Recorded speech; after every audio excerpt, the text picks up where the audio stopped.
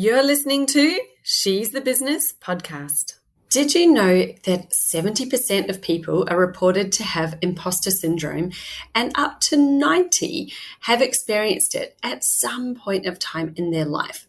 Now, that is a massive number, and that's why it's so important that we talk about this today. And I've brought a special guest to talk all about what imposter syndrome really is and how we can recognize it so that we can actually get past it and use it as a benefit rather than an impediment to our success. Stay tuned. Hi, I'm your host, Jessica Osborne, and in my 23 years of business and marketing, I've built many brands to become multi-billion-dollar companies. And just in the last 10 years, I've built 2 online businesses of my own from my dining room table with 2 little babies running around at my feet. I've made it my mission to inspire you to get out of your own way and become the successful business owner who's living the lifestyle you really desire without all the hustle. This is She's the Business podcast, made by women for women. This is your weekly dose of motivation and inspiration. Today, I'm so excited to bring an interview with Rachel Lounds, who is a specialist in imposter syndrome. I met Rachel because she's a student in my Business Jam program, and learning that she was a specialist in imposter syndrome intrigued me. I never knew that there were 5 different types of imposter, and we can relate to usually more than one ourselves. So this is so helpful in understanding where we may be suffering from imposter syndrome in our lives and where it might be stopping us from really getting the results, the success, the actions, the outcomes that we're looking for. So Rachel's going to share with us so much of her wisdom and understanding of what imposter syndrome really is, how we can recognize it in ourselves, and what we can do about it. As a reformed imposter herself, she has firsthand experience of what it's like, and it's just so interesting. So without further ado, let me play the interview for you. Okay, welcome. So we're here today with Rachel Lounds, who is the founder of Poschology Collective. She's a confidence, life and mindset coach and an imposter syndrome specialist, which is what we're here to talk about today. You know, really recognizing what imposter syndrome is so that we can be present to where it's showing up potentially in our lives and what we can do about it. As I understand it, and I am no expert at all, so I'm really interested to hear what Rachel has to say. As I understand it, it's very prevalent in our world today. So welcome, Rachel. Come and tell us all about it. Thanks for that introduction, Jessica, and thanks for having me on the podcast today. Yes, imposter syndrome, an interesting subject that is being talked about a lot lately. We're in November 2021, just so that people know.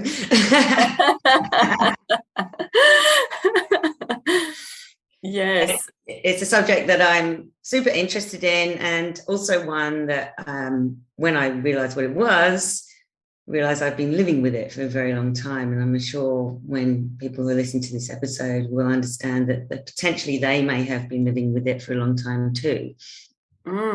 Yeah, amazing.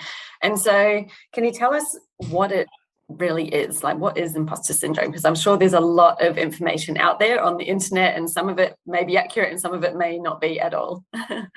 Yes. So imposter syndrome is a collection of feelings of inadequacy that persist despite evident success. Now, that's actually the dictionary definition. And so I'd like to kind of elaborate on that a little bit. So at its core, it's crippling self-doubt and incessant thoughts that swirl around in our minds, like, I'm not good enough, everyone is smarter than me, I don't deserve to be here, or I need to be perfect, or I'm here by mistake and it's all luck. So doubting your successes, essentially. Yeah. And it's, as you say, quite prevalent when you spoke earlier. And so it's estimated that 70% of people will experience at least one episode of imposter syndrome in their life.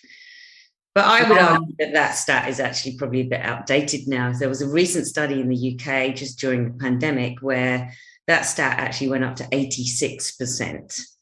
Wow. Well, as someone who definitely related to what you were describing a moment ago, I would say it would be hard to find anyone who hasn't experienced that feeling at some point in their life. And I'm thinking about the 14% of people who apparently haven't. I'm like, who are these people? Can I meet one? Yes, well, I think a lot of people who talk about this actually say that the people who say they're not imposters are probably the actual imposters.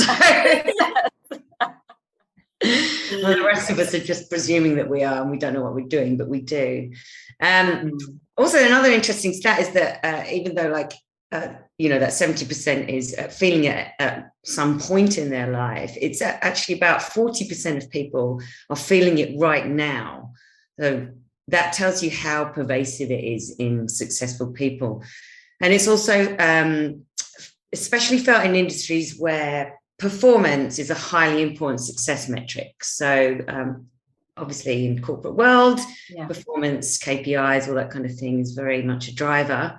And even in your own business, you've got your own KPIs, performing, getting money in, etc. So we're all driven by these success metrics, and that's where we can really feel imposter syndrome if we're pushing ourselves. Yes, yeah, absolutely. And I think when you're looking at that, it can be so easy to nitpick on all the things that you're not doing and to not take a moment just to recognize the things that you have done and you are doing and look for the evidence in the contrary. I think it's something you've got to be really conscious of. I have been trying to do that. I didn't really realize so much that it was imposter syndrome, but just that I'm my own worst critic. Being being someone who's always a high achiever, I've got high expectations of myself, and I can be my own worst boss. I am terrible. I give myself no praise, no reward. I'm always like, that's not good enough. You can do better. Come on. And over time, that really takes its toll. So, if we leave imposter syndrome unchecked, what are some of the consequences of not realizing that you've got it, not doing anything about it? What would we say there? So the consequences of a lot of what you were talking about there is perfectionism. So pushing yourself, and it is linked to high achievers who, believe that their high achievement is just never enough, and they're consistently looking for success and pushing harder and harder. And the consequences are that, your perfectionism can lead to procrastination, which kind of stops you from progressing and growing. It can also lead to burnout because you're always stressing, got anxiety, you're ruminating over ideas and thoughts. So you're not relaxing, you're not letting yourself be present in your business or your life. And the other thing is, of course, is that your lack of confidence from believing that you're not good enough is going to stop you from going for promotions, getting pay rises, getting the jobs that you really want, and just feeling quite stuck in your life. So you just kind of not really having a life that you really want, like a life full of purpose and clarity and dreams and hopes. So those are the consequences. And so it's not just on a personal level, it's on a professional level, and of course a financial level if you're not getting those promotions and pay rises. So it's huge. It's huge. Absolutely, yes. And I can imagine, from having been in the corporate workplace, you can just chug along at one level for so long if you're not able to, get your A into G and actually do something, I guess, believe in yourself and actually put yourself forward for things and think that you can do it. But then in business, well, it's just a whole different ballgame because you're potentially like we are. I mean, I work from home, right? I'm here on my own. I don't even have people around me that would, apart from my husband, he's good at telling me that I'm doing a good job, but I think all that chatter inside your head, which I definitely experienced, what you were just describing there, I overthink things, I am constantly analyzing stuff, I'm thinking, well, what would be better to do, and I'm always can see the opportunity, and wow, I could do that better, yes, I could do it that way, I can add it, and I have to physically stop myself and think, just get it done. It can be improved next time. And I say the same thing to myself that I say to a lot of my clients. We are all in the same boat. I'm like, it can always be improved. There is no perfect. And that's taken me, I'm 43 now. That's taken me a long time to get to here where that's now the thing that I tell myself more often than not. Just do it. It's okay. You'll be fine. It can be better next time. And I used to not be able to do that at all. So I think also, I mean, what you're talking about there has been very hard on yourself, and I'm equally as hard on myself, and a lot of my friends say that to me. I'm wondering, because I'm also in my mid-40s, that whether in our age group that we are conditioned by, you know, the way that we worked and were brought through the school system and then led into, like, you know, corporate life or working life, you know, everything that we do is just not good enough, and we need to work harder and you know, consistently just pushing and pushing and pushing. And as you say, perfectionism is a concept that doesn't really exist. And yet, you know, done never seems to be good enough, but done is good enough, you know. Like, I had a friend of mine who, she's always telling me about how hard I am on myself, and she was quite inspiring because she had a very high level corporate career, and she was very much like, seeking counsel from other people is okay because it doesn't have to be perfect, and you also don't have to take their opinion on. It's just an opinion. Whereas I used to be terrified of asking people for their opinion because I didn't want to show them work that wasn't perfect. And so that actually really held me back from being able to progress in my own career. I got stuck in the same level of job for years because I could not bring myself to open myself up to what I perceived as criticism, but actually wasn't able to understand that it was just an opinion and you can reject opinions. Yeah. You know? And it might have even been like feedback where they thought they were helping. And we're taking it as like, oh my God, it's not perfect. That's a criticism. Whereas I'm not good enough, basically, is how I see it. Yeah, how I would see it. So wow. You know, that's an interesting thought when we don't allow ourselves to open ourselves up to other people's thoughts and opinions, because we feel that if they say something that we perceive as a criticism, it's because we are not good enough. You know, and that's a very deep-seated belief system that comes in when you're quite young. Yeah. Well, my son has it, and he is 7, and he has had it since he was young. I don't know where it's come from. And I'm battling with how do we help him overcome this, because it is crippling. Like, he's in year 2 at school, and even his teachers say they've got to be really careful with how they give him feedback. He's doing really well because, again, he must be a high achiever. He wants to be perfect. But he can't take like improvement, like, hey, this is great, could be better if you do this. They've got to be really careful how they say it to him, because he'll just burst into tears. And he thinks, sensitive little flower, bless him. Yeah, but he just thinks he's done it wrong. For him, it's like any kind of feedback that it's not perfect means that he's done it wrong. And it's like they're trying to say, no, you've done it right. It's really good. But here's how you could even make it better. And for him, it's like, how can it be better? I've done it perfectly. Right. I don't know. But he takes it like that. And I think, wow, where does this come from or stem from? You know, are we born with it? Or, you know, how does it evolve? Do some people develop it? Maybe it's me. Maybe I'm the perfect parent, and I've given it to him somehow. With, I don't know. So yeah, I'm interested to hear a bit more about, you know, so I mean, what it is and what it isn't. I mean, so to answer kind of your first question, where does it come from? There's 2 ways of looking at this, right? There's our subconscious. So when we're young, between the ages of 0 to 7, everything that we're told and everything that happens in the world around us, we believe is true, right? We don't have the ability to reject or question what people say to us and what happens around us. And so it all gets soaked in like a big old sponge, and we believe that all of it is true, and that's where all our beliefs are formulated. And so even just really simple things like, and this is not about blame or, you know, finger pointing or anything, but, you know, imposters are usually raised with high expectations. And as parents, you want the best for your children, right? That's what you want. You want them to have the best life because you love them, then you want them to have the greatest start in life. And that is what parenting is about, right? But as a parent, some of the things that you might say, like corrective behavior, like sit up straight, don't hold your fork like that, say your words like this, those type of things actually reiterate over and over to the child that they don't know what they're doing because everything they're doing is wrong.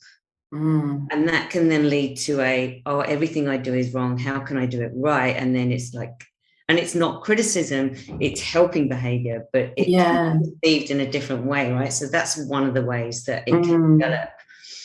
The other way is, and this is a bit woo-woo spiritual, right? But there's a lot of stuff about energy and how we hold energy in our body, and even from our own parents, that we continue energy through the coding of our cells and our system. And so that's ancestral energy. So there is potentially, you know, you may have grown up with a mother who was a massive perfectionist and was, you know what I mean? So then that two parents actually. Right. And so that may be carried down through the kind of ancestral birth canal. Yes. Right? So I don't know much about that, but there is that kind of school of thought. So those are a couple of ways that it can come in. And so then you carry those beliefs around with you, which, as you would know, are called limiting beliefs in coaching. Yeah. And that's where the deep mindset work comes, where we unlock those beliefs and kind of really unpack them and look into how, from a top-down perspective through the mind, reprogramming the subconscious mind to change those beliefs into something more like different about yourself. So you believe better things about yourself. That's where things get a little bit complicated. I mean, you know, the original, well, it's not even called a syndrome, to be honest. I'm not sure where the word syndrome came into play, but the original concept of imposter phenomenon came from a study done by two psychologists called Clance and Eames in 1978. And they described interviews that they conducted with 150 highly successful women who, despite their earned degrees, high achievement and professional recognition, had no feeling of internal success and considered themselves to be imposters. Wow. Now, so that's where it was kind of coined. But of course, back in the 70s, you know, late 70s, women didn't have much of a say in, like, you know, they were kind of supposed to be at home at this point, you know, like homemakers and wives and mothers. And so being in, you know, doing PhDs and in college and going out into the workforce and having high-powered jobs was not a thing that women did. And so, of course, they felt like imposters because they're brand new into that whole world. Yes. That totally makes sense, right? But we are now carrying this through still with us, that we don't belong here. And is it a little bit, you know, what pops into my mind, the Dunning-Kruger effect? I've heard that spoken about, where they did a study. So I think that were two scientists, and found that the more someone knows, the more that they realize they don't know, and therefore they think that they don't know things. Whereas when somebody doesn't know much, they can often think that they really know a lot, or that they're great. So often, you know, when we're stages of competence kind of thing. Yeah, you know, people are feeling like, you know, I don't know enough to do that, you know, and they're really in that place of huge self-doubt about their expertise and their worth and their skills and knowledge. It can mean that you actually have a high level, but because you do, you kind of realize how much more there is to know, and then you have that doubt based on your knowledge rather than, you know, sometimes someone can be very confident and out there and be saying something about, you know, I can think of people who've talked on topics that they've got no training or expertise in at all, but, you know, they act like they know everything about it. And it's like, well, actually, you know, you're speaking to someone who's trained in that area, and maybe they probably know a bit more than you, but yeah, it's funny. It's just this phenomenon I've heard that sounds a little bit similar, like you have this doubt, but actually, in actual fact, you have the doubt because you know how much there is to know, and you probably realize that there's so much more that's still to learn, which I think is almost true in every topic, right? Like, how can you know everything? Yeah, exactly. How can anyone be an expert? Then we all think, well, is anyone an expert in anything? Like, we all, like, how do you even determine that? And now we're going into a really deep philosophical discussion. Yeah. Well, I mean, learning is a continued thing, right? You don't just get to the end of something and you're like, I've learned everything now. No. You know, like, you're always growing and learning as you're going through life, and that's the beauty of life, right? That's kind of we grow as people. And so I think what you're talking a little bit about there is like the unconscious competence, where you know so much that you don't know what you know. And then you're like, do I know this or not? You know, and then, you know, very, very highly successful people do doubt themselves. You know, there's great examples where like President Obama, Obama, he had an interview with Oprah Winfrey, and then at the end said, did I do okay? So, you know, it doesn't, and it isn't, you know, successful and famous people are not immune to imposter syndrome. You know, I think that's one of the myths, that people think, oh, if you're successful and you're famous, then you would never doubt yourself. But of course, these people do doubt themselves. There's multiple examples. Like Naomi Osaka recently came out and said that she suffered from imposter syndrome and really, truly doubted herself. And, you know, that's what she found quite hard about going onto the international stage again, because it was just too much pressure for her. So Serena Williams, you know, I'm citing tennis players because I'm very much interested in tennis. You know, actors. Here's another great example. Jodie Foster won the Oscar for something. I don't even know what film. I should know this, right? But during her acceptance speech, she said, oh, I think Meryl Streep should have this. So she couldn't even accept the fact that she had won an Oscar for what must have been an amazing performance. And it's just that doubting of like, she's looking at herself internally and thinking of all the things that she probably nitpicked about what she didn't do right? Like looking at, oh, I didn't say that word in the right way, or I didn't drop the emphasis on it, or I didn't turn, or, you know, whatever it was, she probably pulled herself apart. Whereas she forgets that everyone else looking in, we don't know what all those things were that should have been another way in her mind and that she wanted to be perfect. We're looking at it and thinking, wow, that was fantastic. Well done.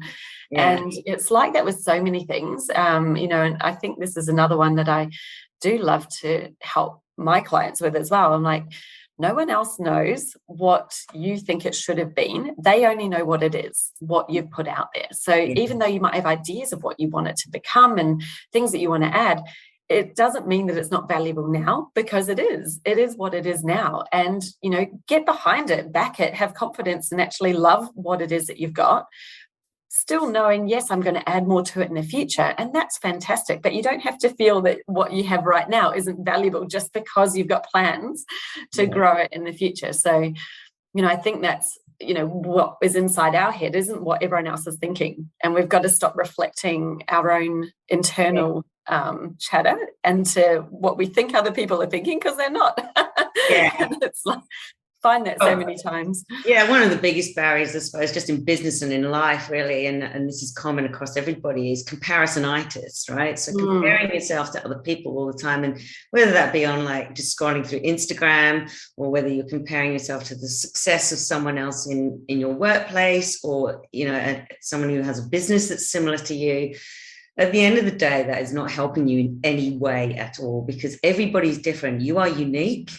And no one on this earth is like you. No one has the skills like you. No one thinks like you. No one can offer what you have.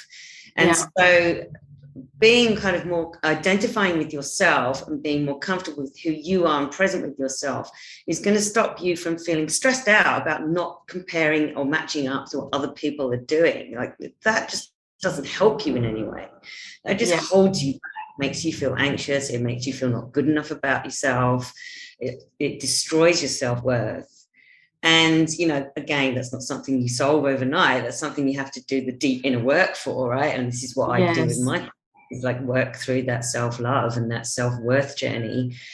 And, you know, I've developed a framework and a coaching program around that, and some steps and all the things that I've learned how to do, I share with everybody else in my work. And so comparisonitis doesn't help you. And you know, it's just one of those things that holds you back in getting clarity in your life and going for the goals and the things that you want, right? You know that, like working with people in your business, you must see it all the time. You're so right. And, you know, I think that comparisonitis, when we're online, it can be so easy to get into that Facebook feed or the Instagram feed and start looking at what all these other people are doing and going, oh gosh, I should have done that, or look how professional they look, or that's so great. And it just seeds this really awful feeling. I don't know how to describe it, but you just start feeling anxious, inadequate, like all of the things, and then it freezes you, right? You're like, oh, I don't even know what to do now. What do I do? Oh, I'm going to,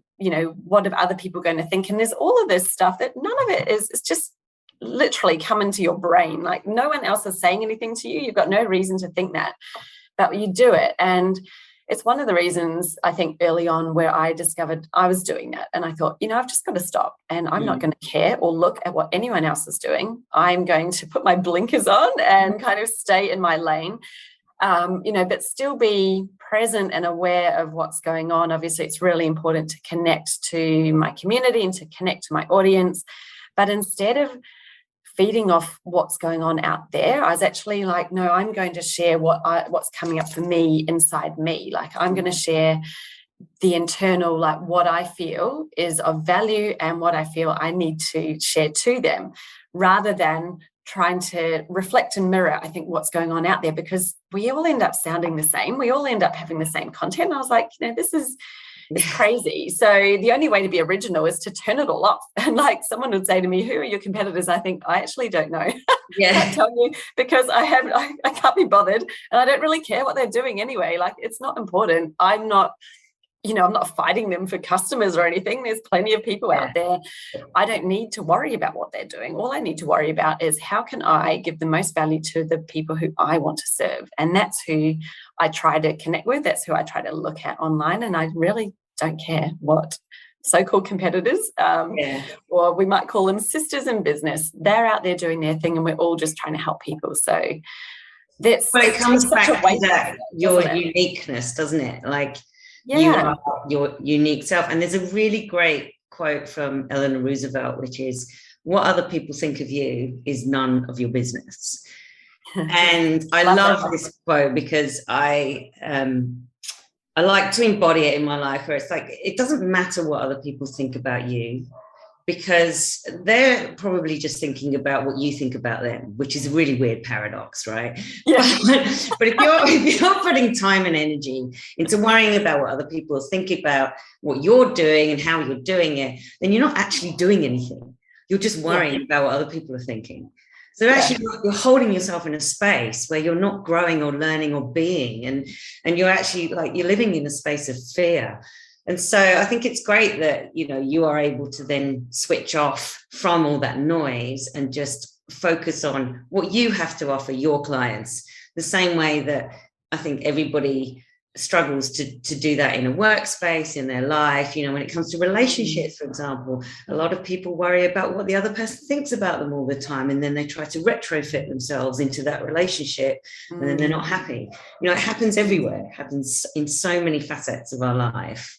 Yeah. And it really is a false economy to spend time worrying about what other people think of you. It is, isn't it? Yeah. I think, and I'm not an expert on energy at all, but I know that when we're in that space, we're giving away all of our power, and we're actually creating this really negative energy around us. And when we push it aside and think, I'm me and I'm just here and I'm giving what I'm giving and I'm being who I need to be and what I want to be, and in a nice way, though, in a way where you're not up against anyone, where you're actually just you're being true to yourself. And I find that the energy is different, and I really don't know any other way to explain it except that it just feels so much calmer, and you come across more confident. I think people can relate to you because there's not this kind of shell or barrier there where you're so worried about what people will think that you're putting that protective, screen around yourself. It makes a really big difference when you can not have that there and be thinking, I don't really, people are always going to think different things about me. What does it matter if they, why do I even care? Will I even know if they like me or not? No, exactly. Not unless they say something, but then like, oh, whatever. So what? So how does that affect anything? Yeah. I mean, it's very interesting, isn't it? Like when you do that work and you do let go of that layer of self-doubt and, stop worrying about what other people think of you, you can start to do things that you would never have done before. So a great example of this is when I was and I do still work in advertising, but when I was full-time in my advertising career, I would do anything to not speak publicly, anything. I would feign illness. I would hide at the back of the meeting room. I would hide behind people, build a wall of people around me, anything to not speak up. Wow. Now, I now have a life coaching business, and one of the things I offer is workshops and presentations. I'm now doing podcasts, right? I would not have been able to do any of those things unless I had done the work through, like coaching myself, being coached, training to be a coach. So public speaking is something that I've developed as confidence because I've let go of the self-doubt. And yes, imposter syndrome does come in sometimes. I'm like, do I know what I'm talking about? Oh my God, can I do this? Yeah. But once I start speaking, like I said to you before we started, like I'm a bit nervous before we get going, but I'll be fine when I get into it. And I love speaking, it's not something I ever thought that I would do. So it is interesting when you start doing the work, just how much you have been holding yourself back. And I definitely have held myself back for a very long time. I think, some of those, we'll call them beliefs, but we tend to think of them as facts because I'm exactly like you. When I worked in my corporate role, I had been telling myself since I was a child that I was no good at public speaking because I had a bad experience with doing speeches in front of the class. I remember one particular one that was just a disaster. And so I think from there, I created the fact in my mind, which, was a belief, but that I wasn't any good at speaking. And so I'd always then been absolutely crippled with fear of getting up in front and talking in front of people. Yeah. And that still, I will still get absolute butterflies and feel nervous. But since I've been, probably in the last 10 years, the times that I have done it, when I've spoken to people afterwards and they said, oh, that was fantastic. And I was like, could you hear the wobble in my voice? Could you hear me how nervous I was? And they're like, no, not at all. You sounded fine. And I thought, okay, so it's just me that can hear that. It was just me. And they thought it was great. And I think, when you start gathering evidence, put yourself out there and think, well, okay, what's the worst that can happen? I'm just going to do it. But when you do it, you can start to build evidence that refutes that story or that belief, right? And that's, for me, the only way that I've been able to start saying, well, that's not true. Actually, it's just something I've been telling myself my whole life. And now I've got to unwind it all and, tell myself a different story. But it's only with that evidence, where I'm like, okay, I've found evidence that proves it's not true. And so now I can start to, whenever that little voice pops up and says, you can't do this or you're terrible at speaking, then I can put a lid on it and say, well, that's not true. I've got evidence that says that's false. And like you, I've started a podcast because I realized I love speaking and I love talking to people. You do love speaking. I do.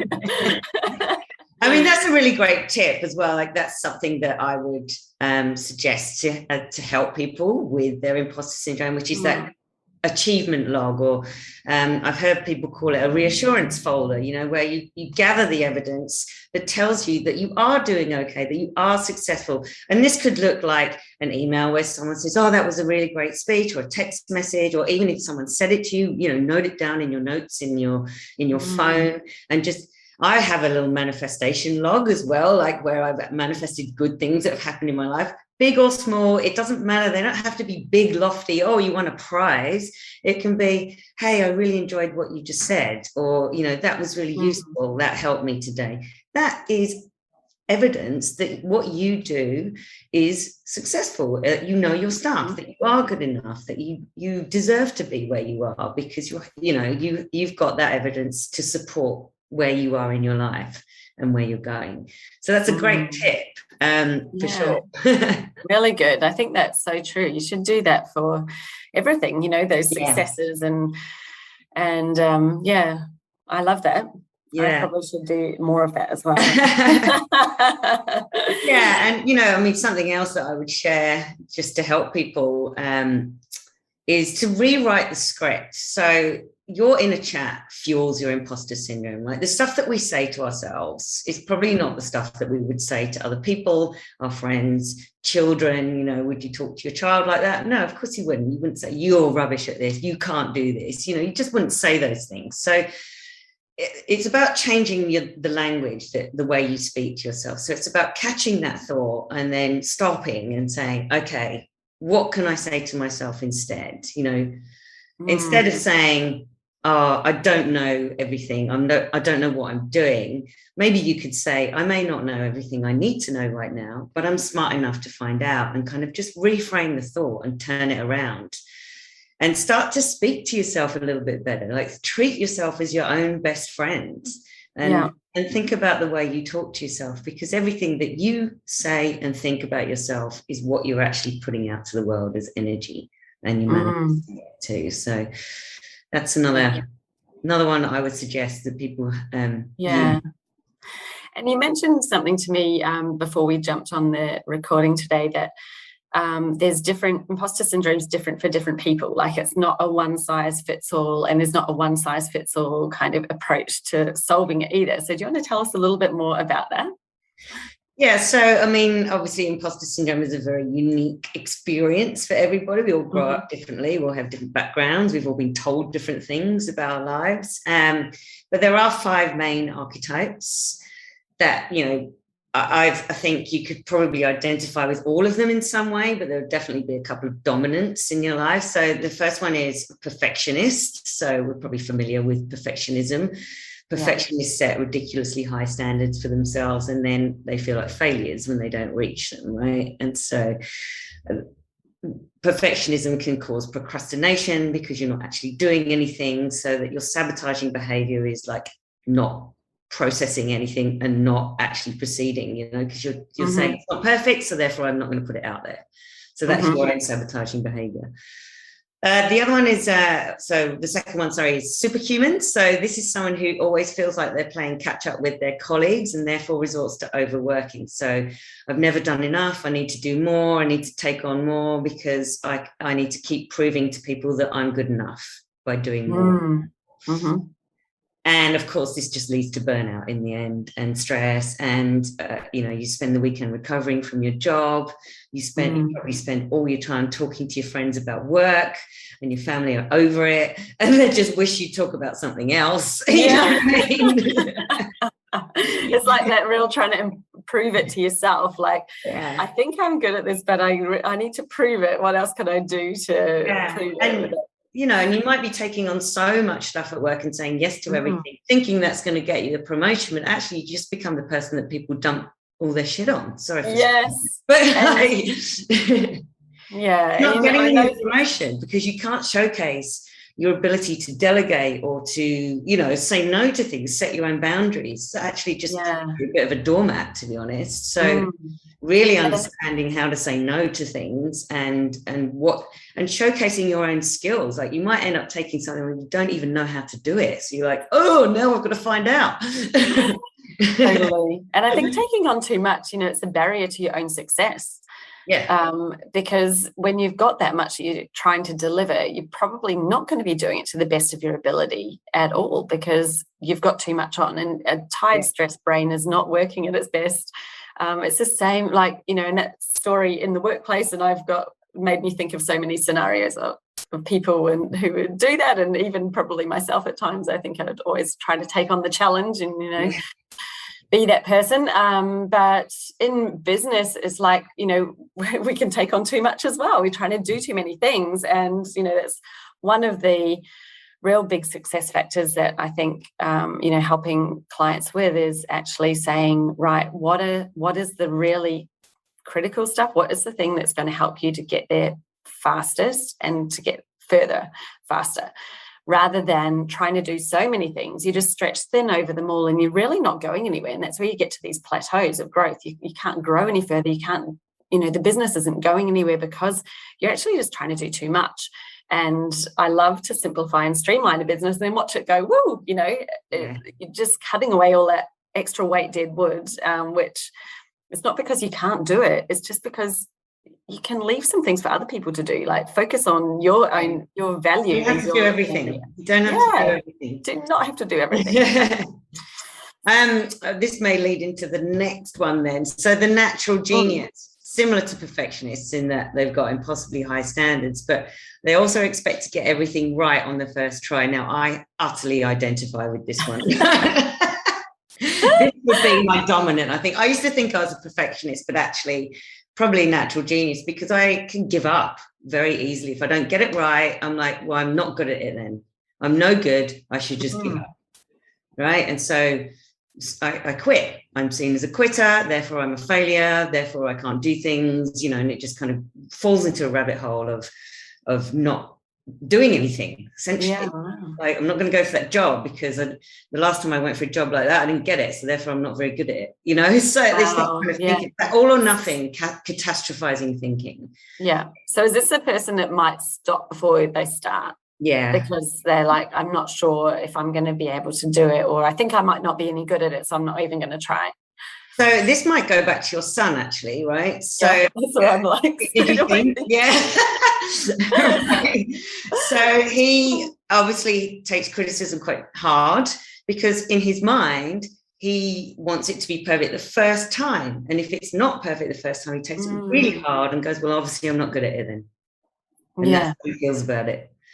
And so it then becomes a skill of trying to understand adaptive behavior, right? So, okay, failure is not failure, really. It's just lesson learning. It's about building upon things and go, okay, how can I do it differently? So it's really like learning those skills in overcoming that natural genius. I've had to do it myself. It's really hard, but, it can be done. And so the fourth one is the soloist. So this is someone who feels like an imposter if they need to ask for help, right? They all kind of feed in together a little bit, you know what I mean? But this is like men with maps and directions, right? Like, cannot ask anyone for directions. I know what I'm doing.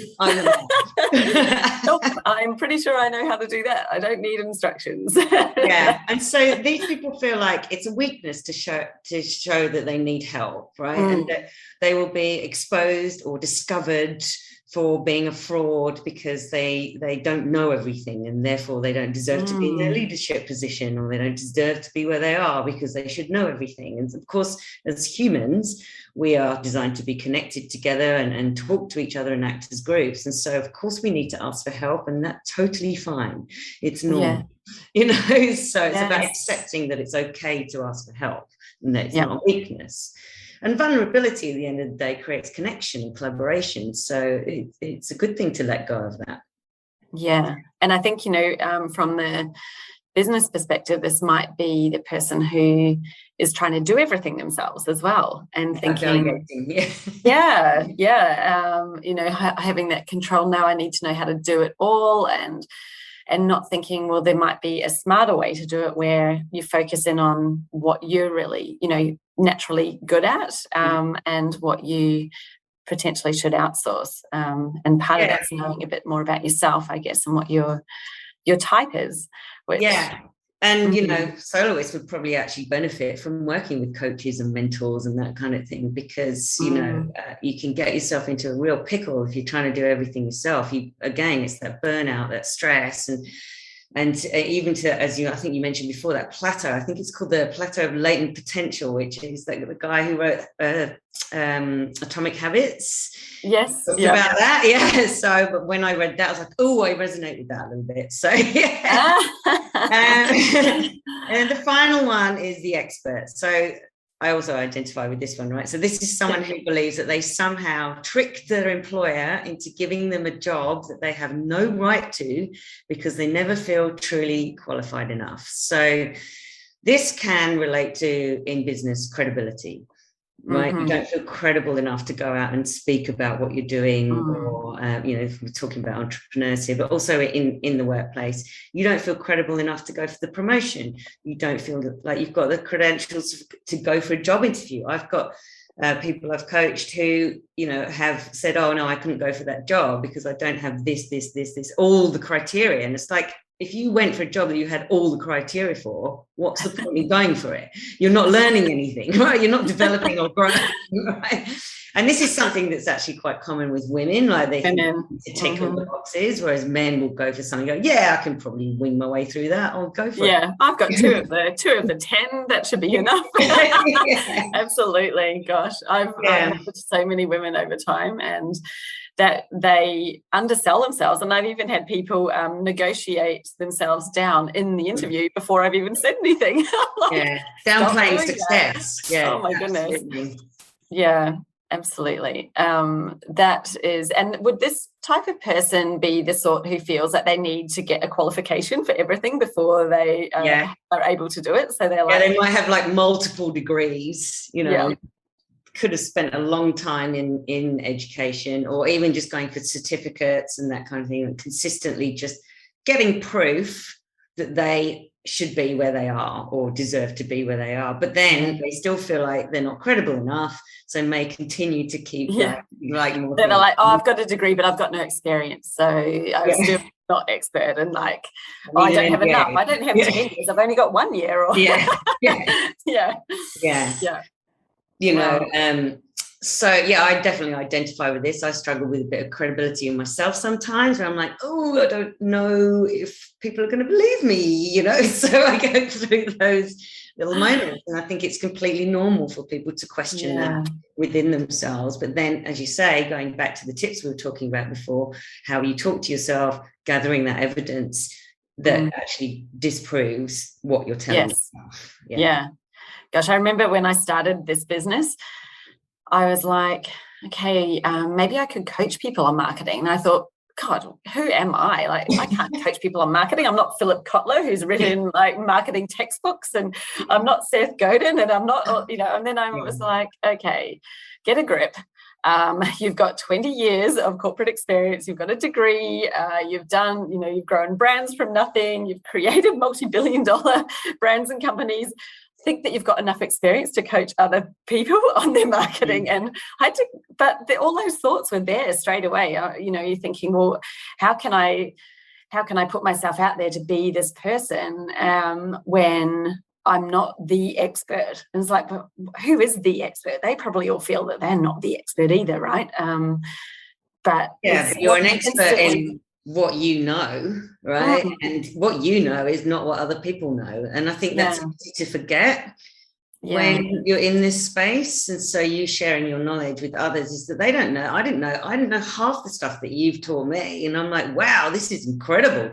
So, and I'm sitting here thinking there's so much more to know that I don't know. The whole, marketing seems like one thing, and then it's just so not one thing. It's so many things. And even though I've been doing it for 23 odd years now, I still feel like I'm, a permanent student of it. I'm learning all the time, and I'm obviously improving and adding to that knowledge all the time. But for me, I think this is where, comes back to what we were talking about before, right? Even though I've got all that experience and knowledge and have worked and I've got proof, I still feel like I'm, who am I to talk on it? I'll go along and I'll just be like the added person on a panel, or, and when I've been invited to speak on panels before, I've thought, really? You want me? Like, what? Well, it's interesting, isn't it? Because actually I heard something recently about, could imposter syndrome be your secret sauce, your secret superpower?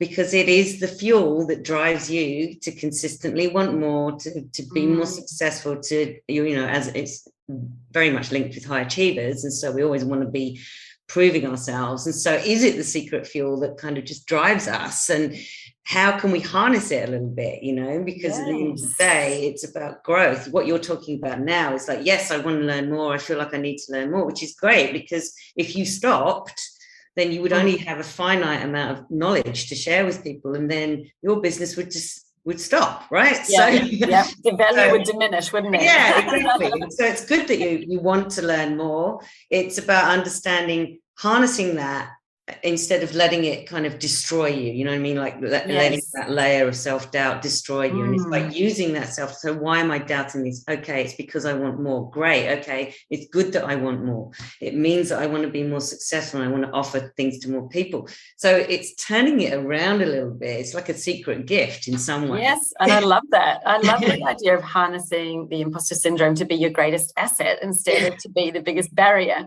And that's so true. And I think that what you're saying, I'm just imagining, and this is probably why, your coaching method and your programs that people do with you really helps, is it's about being able to ask the other question. So at the moment, we've got facts and we've got things that we're telling ourselves, that we've told ourselves over many, many years.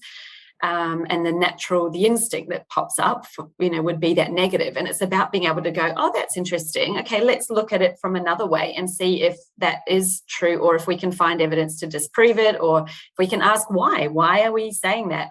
Yeah. And it's kind of being able to raise ourselves out of our bodies almost and look down from above and go, okay, well, let's look at that a different way, without just taking that initial thought as that's the only one. There is that only one belief, one thought, one fact, and that's it. There's no other option. There's always other options, isn't there? Other ways to well, you don't know what you don't know. So until you work with someone to help you uncover what you don't know, and you start learning what you don't know, and then you start becoming a master of it, then, then, as you say, you're just going to sit in this belief that you, like you said, when you were public speaking, that you're no good at public speaking. Like, that's not true, right? We can all speak. Just because I tried to do a funny speech as a 7-year-old and it fell flat and no one laughed, it doesn't mean that forevermore I'm no good at public speaking. No. I had a client who told me that she also hated speaking. She didn't think she was good at presenting, and what we uncovered was that when she was a young girl, she was playing a word game, Boggle, with her friends. And her friend's mum came along, because she told me, I'm not good at words. I don't like doing quizzes or anything like that. And I said, well, who told you that? And this friend's mother came along and said, oh, don't play that with her. She's not good with her words. So then she's carried this whole thing throughout her life that she's not good with words. Yeah. Not true. You speak all the time. You write things all the time, So we completely unpack that and turn that around. I mean, we came up with like a little saying. So whenever that thought came into her mind about, you're not good with words, you're not able to do this, we turned it into a little phrase. So her friend's mum was called Sue, was like, okay, boggle off, Sue. Whenever that came into her mind, say, boggle off, Sue, not now. Oh my goodness. It's very powerful, right? As a technique. And now she's, out there pitching and doing presentations confidently. So this stuff works. It does work. That's so true. And I think that's it. And like why it's kind of, I think you've got to go on your own journey, and why it's going to be a bit different for everyone, because it depends on your past and where it's actually started from for you. Because I was thinking of another client who she told me on multiple occasions she's no good at writing, and I read her writing, I'm like, that's incredible. It's really easy to read. It's funny. It's got personality. And she's criticizing it and saying it's not very good. I need a copywriter. I'm like, you don't need a copywriter. Is that me you're talking about? Well? Yeah. It wasn't you I was thinking of, but you have said that too, and you're good at writing. And it's like, I guess me just saying to them, you're good at writing, it's not enough, right? We've got to go, right, where did that come from? And why do you think you're not good at writing? Because while they continue to have that little belief, wherever it's come from, it probably doesn't matter how many people tell them they're good at writing, they're still going to think that they're not until they go back and unpack where it came from. Human brains are fascinating. I think we could talk about it all day long. That's amazing. So, Rachel, I will obviously link up all of your website in the show notes, but do you want to tell people where they can connect with you if they want to learn a bit more about imposter syndrome? And Yes. So you can find me on my website, which will be in the show notes, the Poschology Collective.com.